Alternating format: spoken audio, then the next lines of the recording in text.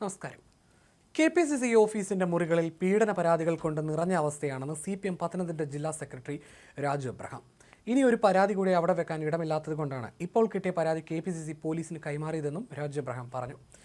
ആര് ആരോപണ വിധേയരായാലും കേസിൽപ്പെട്ടാലും മുഖം നോക്കാതെ നടപടി എന്നതാണ് CPMന്റെ നയം.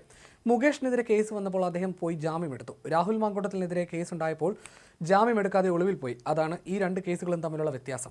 LDFന്റെ പ്രകടന പത്രിക പ്രകാശനത്തിനായി പത്തനംതിട്ട പ്രസ് ക്ലബ്ബിലെത്തിയപ്പോൾ രാഹുൽ മാങ്കൂട്ടത്തിന്റെയും മുകേഷിന്റെയും പീഡനങ്ങളുടെ തീവ്രത താരതമ്യം ചെയ്ത് വിവാദമായ ജനാധിപത്യ മഹിളാ അസോസിയേഷൻ നേതാവ് ലസിത നായരുടെ പ്രസ്താവനയെപ്പറ്റി മാധ്യമപ്രവർത്തകരുടെ ചോദ്യത്തോട് പ്രതികരിക്കുകയായിരുന്നു രാജു എബ്രഹാം.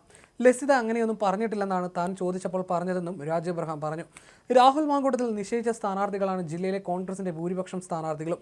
അതിലൊരു സ്ഥാനാർത്ഥി ഇന്നലെ മയങ്ങി വീണതായി കേട്ടുവെന്നും പള്ളിക്കലിലെ UDF സ്ഥാനാർത്ഥി ശ്രീനാദേവി കുഞ്ഞമ്മ മയങ്ങി വീണതിനെ പരിഹസിച്ചു രാജു എബ്രഹാം പറഞ്ഞു. ഇനി കൂടുതൽ സ്ഥാനാർത്ഥികൾ മയങ്ങി വീഴാൻ സാധ്യതയുണ്ടെന്നും ഒരു സ്ഥാനാർത്ഥി ഒളിവിൽ പോയെന്നും രാജു എബ്രഹാം പറഞ്ഞു. ലോകത്തിൽ ആദ്യമായിട്ടാണ് കുറ്റം ചെയ്ത ആൾ പുറത്തും സപ്പോർട്ട് ചെയ്ത ആൾ അകത്തുമായ സംഭവം ഉണ്ടായതെന്നും രാഹുൽ ഈശ്വർ ജയിലിലായതിനെ പരിഹസിച്ച് CPI ജില്ലാ സെക്രട്ടറി ചിറ്റയം ഗോപകുമാർ പറഞ്ഞു. നമ്മുടെ ഒരു നയം ആര് ആരോപണ വിധേയമായാലും കേസിൽപ്പെട്ടാലും കർശന നടപടി, മുഖം നോക്കാതെ നടപടി. അതിനകത്ത് യാതൊരു വിട്ടുവീഴ്ചയും ചെയ്യാൻ പാടില്ല എന്നുള്ളതാണ്. അതിന്റെ ഭാഗമായിട്ടാണ് ആ കേസ് വന്നപ്പോൾ അദ്ദേഹം പോയി ജാമ്യം എടുത്തു. ഇവിടെ കേസ് വന്നപ്പോൾ ഇദ്ദേഹം ജാമ്യം എടുത്തിട്ട് ഒളിവിൽ പോയി എന്നുള്ള വ്യത്യാസം മാത്രമേ ഉള്ളൂ. പിന്നെ കേസിന്റെ അന്വേഷണം അതിന്റെ മെറിറ്റ് അനുസരിച്ച് മുന്നോട്ട് പോകണം, അത്രയേ ഉള്ളൂ.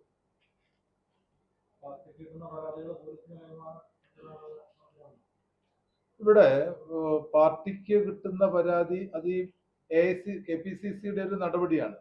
KPCCയുടെ മുറികളിൽ പരാതി വന്ന് കൂടി സ്ഥലമില്ല, ഇനിയും വെക്കാൻ സ്ഥലമില്ല. അതുകൊണ്ടാണ് ഒരു പോലീസിന് കൊടുത്തത്.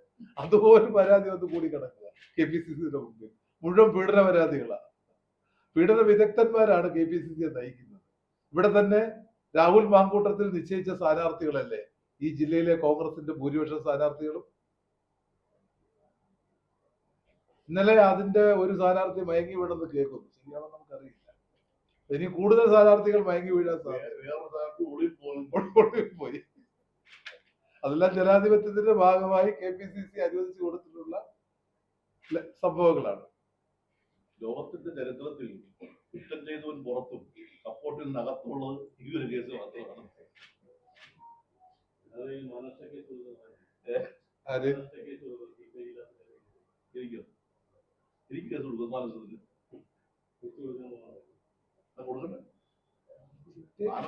മാനനഷ്ടം കേസ് ആരും കൊടുക്കണ്ടേ?